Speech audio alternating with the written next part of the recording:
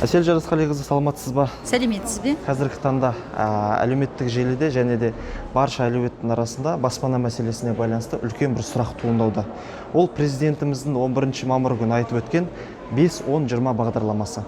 Сол бағдарлама бойынша бізге кішігірім бағдар бере аласыз ба? Әрине. Әсел Жарасқалиқызы, ең бірінші сұраққа кезек беретін болсақ, 5-10-20 бағдарламасы бойынша кімдер баспаналы бола алады? 5-10-20 бағдарламасын тұрғын үй құрылыс жинақ банкі президент тапсырмасы бойынша іске қосатын болады. Бұл бағдарламаның негізгі мақсаты қолжетімді баспана мен үйге мұқтаж азамат-азаматшаларды қамтамасыз ету. 5-10-20 бағдарламасының шарттары бойынша түсіндіре кетсеңіз.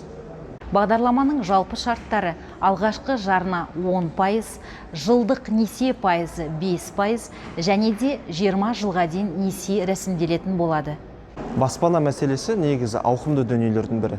Қазақстан бойынша қазіргі таңда қанша адам баспанаға кезекте тұр? Қазақстан бойынша бүгінде 540 мыңнан астам азаматтар кезекте тұр. Олардың 212 мың азаматы мемлекеттік бюджеттік қызметкерлер және әскери азаматтар. Екінші топтағы азаматтар бұл осал топтар. Осал топтарына толық емес отбасы, жанұясындағы көп балалы отбасы, және де мүмкіндігі шектеулі азаматтар және жанұясында ерекше балалар асырап отқан жанұялар жатады. Әлеуметтік желіде келесі сұрақ талқылануда: 5-10-20 бағдарламасы бойынша қандай үйлерді алуға болады? Әр аймақта өзінің шектеулі сомалар болады. Мысалы, Нұр-Сұлтан қаласы, Алматы қаласы және осы қалалардың аймақтарында шектеулі сома 18 миллион теңгеден аспау керек.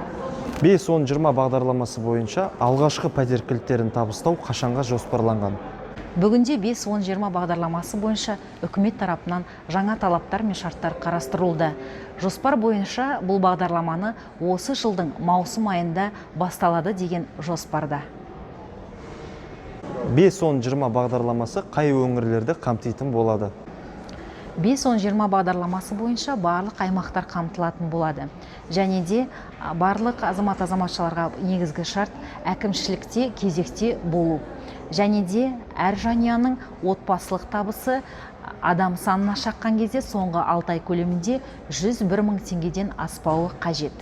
Әсел Жарасқалиқызы, тұрғын үй құрылыс жинақ банкінің салымшыларына, болашақ салымшыларға, үміткер салымшыларға тілер қандай тілегіңіз бар?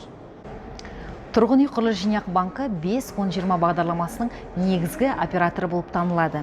Және де негізгі шарттардың бірі тұрғын үй құрылыс жинақ банкінің салымшысы болып танылу. Өз салымыңызды аша отырып, алғашқы жарнаңызды жинап, арманыңызға жетіңіз. Әр қазақстандық баспаналы болсын.